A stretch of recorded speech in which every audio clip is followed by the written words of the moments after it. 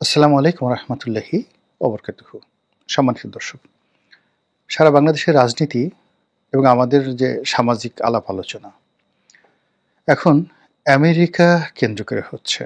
মার্কিন যুক্তরাষ্ট্রে ডক্টর মোহাম্মদ ইউনূস এই মুহূর্তে তার সঙ্গী সাথী যারা আছেন তাদেরকে নিয়ে জাতিসংঘের সাধারণ পরিষদের অধিবেশনে যোগদানের জন্য নিউ ইয়র্কে আছেন এবং তার সেই নিউ ইয়র্ক গমনকে কেন্দ্র করে রাজনীতির যে সরকার পক্ষ, রাষ্ট্রপক্ষ, তারা এক ধরনের হিসাব নিকাশ করছেন।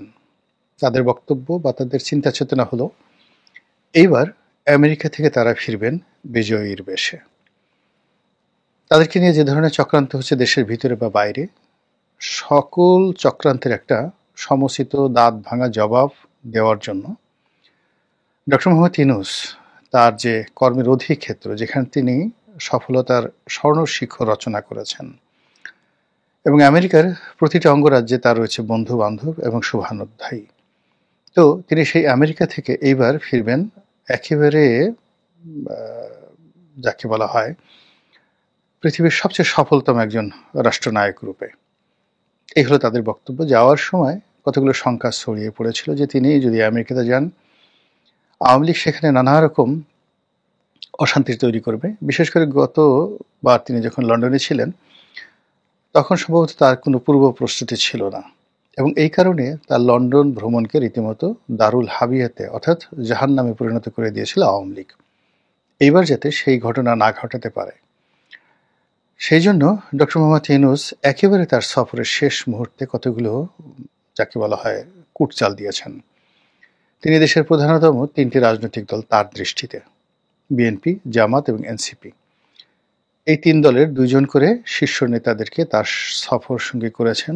সবাই যেটা বলার চেষ্টা করছেন যে বিএনপির নেতাকর্মীরা সঙ্গত কারণে মির্জা ফখরুল ইসলাম সাহেবের ইজ্জত এবং সম্মান বাঁচানোর জন্য সর্বোচ্চ চেষ্টা করবে, আর জামাত লন্ডনে তাদের একটা বিরাট শক্তিশালী সংগঠন রয়েছে, কিন্তু দুর্ভাগ্যজনক হলেও সত্যি আমেরিকাতে তাদের সাপোর্টার আছে, কিন্তু ওইভাবে আওয়ামী লীগ বা বিএনপির মতো তৎপরতা নেই। এর কারণ হলো আমেরিকা আসলে জামাত নামক যে দলটি, সেই দলটিকে পছন্দ করে না এবং এই দলের যে কর্মকাণ্ড, সেই কর্মকাণ্ড আমেরিকার মাটিতে পরিচালিত হোক, সেটা আমেরিকার কোনো পক্ষই কখনো চায় না।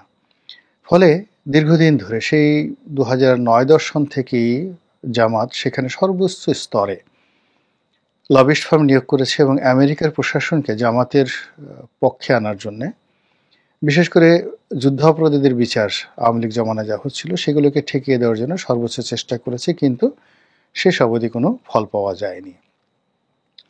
তো সেদিক থেকে জামাতের লোক সেখানে গিয়েছে যারা মূলত বিএনপিকে হেল্প করবে, পেছনে থেকে কিন্তু সম্মুখ সারিতে বিএনপি যারা নেতাকর্মী তারা ডক্টর মোহাম্মদ ইউনূসকে রক্ষা করবে এবং এভাবেই পরিকল্পনা করে হয়তো তারা যাচ্ছিলেন।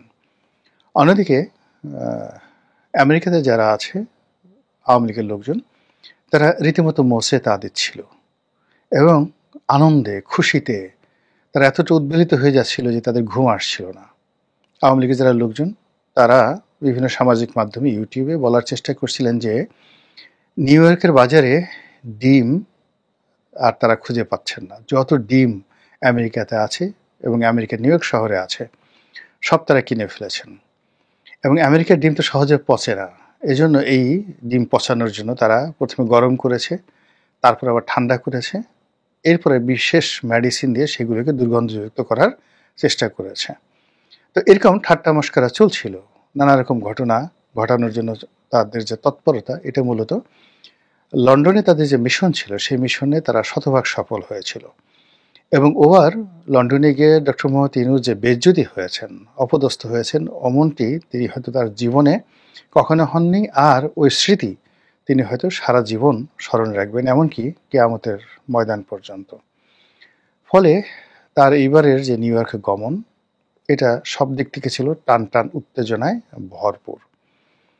তো এখানে তিনি গেছেন এবং যাওয়ার সময়টিতে দুটো ঘটনা ঘটেছে। বাঙালি অধ্যুষিত নিউ ইয়র্ক শহরের যে জায়গাটি জ্যাকসন হাইটস, তো সেখানে বিএনপি এবং আওয়ামী লীগের যারা লোকজন রয়েছেন তারা পরস্পরের সেই সামনে দাঁড়িয়ে স্লোগান দিয়েছেন, পাল্টা মিছিল করেছেন বাংলাদেশের মতো। কিন্তু যেহেতু ওটা আমেরিকা, সেখানে ধাক্কাধাক্কি পর্যন্ত হয়েছে, মারামারি হয়নি, পুলিশ এসে সেটা মধ্যস্থতা করে দিয়েছে। এটা হলো জ্যাকসন হাইটসের ঘটনা। অন্যদিকে কিছু ইউটিউবার আছেন যারা মূলত আওয়ামী লীগের সাপোর্ট করেন না, কিন্তু এরা অনেকেই বেশ ইউটিউবে সক্রিয়, বডি বিল্ডিং করেন এবং সুযোগ পেলে আওয়ামী লীগকে গালাগাল করেন। তারা ওখানে ডক্টর মোহাম্মদ ইউনূসকে রিসিভ করার জন্য এয়ারপোর্টে গিয়েছিলেন এবং সেখানে আওয়ামী লীগের নেতাকর্মীদের সঙ্গে তাদের যে বাকবিতণ্ডা হয়, সেই বাকবিতণ্ডায় প্রাথমিকভাবে আওয়ামী লীগের বিজয় হয়েছে, এরকম আমরা ভিডিওতে দেখতে পেয়েছি। যাই হোক, একেবারে সবার শেষে যখন আমাদের যে তিনটি প্রধান রাজনৈতিক দলের নেতৃবৃন্দ তারা আমেরিকাতে গেলেন, আর ডক্টর মোহাম্মদ ইউনূসও গেলেন। তো এখানে দুটো পার্ট, একটা হলো রাষ্ট্রীয় প্রোটোকল প্রাপ্ত ডক্টর মোহাম্মদ ইউনূস এবং তার সঙ্গী সাথীগণ যারা উপদেষ্টা এবং সরকারি কর্মকর্তা, তারা সেই আমেরিকান সরকারের প্রোটোকল পেয়ে এয়ারপোর্টে একটা বিশেষ দরজা দিয়ে বের হয়ে হোটেলে চলে এসছেন এবং তাদের নাগাল আওয়ামী লীগের লোকজন পায়নি। এই গেল একটা। দ্বিতীয় যে সাধারণ দলটি, অর্থাৎ মির্জা ফখরুল সাহেব, তাসমিন যারা, তারপর আক্তার, এরপর জামাতের নায়েবে আমির, তারা যে গেট দিয়ে বের হচ্ছিলেন সেই গেটের সামনে আওয়ামী লীগের লোকজন ছিল এবং জামাতের লোকজন ছিল। তো জামাতের লোকজন সেখানে আসলে ওরকম রুক্ষ আচরণ বিএনপি লোকের মতো তারা করতে পারেনি, বা আমেরিকাতে তারা সাধারণত করে না, তারা খুব হিসাবপত্র করে চলে। তো এই সুযোগে আওয়ামী লীগের যারা লোকজন রয়েছেন তারা প্রথমত একেবারে অশ্লীল অশ্রাব্য ভাষায় গালাগাল দিয়েছে। পিনাকি বা সেফুদা যেভাবে গালাগাল করে তাদের মতো করে বা তাদের চেয়ে আরও সুন্দর করে, একটা সুন্দর বলা হবে না, আরও নির্মম আরও নিষ্ঠুরভাবে গালাগাল করেছেন। এবং এখানে মির্জা ফখরুল সাহেবকে বাদ দেওয়া হয়নি, মির্জা ফখরুল সাহেবকে মির্জ জাফর বলে গালাগাল দেওয়ার চেষ্টা করা হয়েছে। তার মুখের কাছে মুখ নিয়ে জিজ্ঞাসা করা হয়েছে আপনি কেমন আছেন, কোথায় যাচ্ছেন, এবং আরও নানা রকম কটু বাক্য। এই বয়োবৃদ্ধ সম্মানিত বাংলাদেশের রাজনৈতিক নেতা, তার প্রতি আওয়ামী লীগের যারা লোকজন রয়েছে তারা ন্যূনতম সৌজন্যবোধ দেখায়নি, তাকে আরও নানা রকম কথাবার্তা সেখানে তারা বলেছে। অন্যদিকে আক্তার ছিল সমস্ত আক্রমণের লক্ষ্যবস্তু, তার শরীর একাধিকবার ডিং নিক্ষেপ করা হয়েছে আর প্রচণ্ডভাবে গালাগাল করা হয়েছে, ধর ধর মার মার কাটাকাট ইত্যাদি অনেক কিছু। অন্যদিকে যে ভদ্রমহিলা গিয়েছেন ডাক্তার তাসনিম যারা, দুই একজন কটূক্তি করেছে, কিন্তু আসলে তার সঙ্গে অশালীন আচরণ করা হয়নি। পিছন দিক থেকে অনেক বলেছেন যে ভদ্রমহিলা বা মহিলা বা মেয়ে, তার সঙ্গে এমন আচরণ করো না। এইটা মোটামুটি সবাই প্রশংসা করছে। তো এই পর্যন্তই আমরা নিউ ইয়র্কের ঘটনা দেখেছি।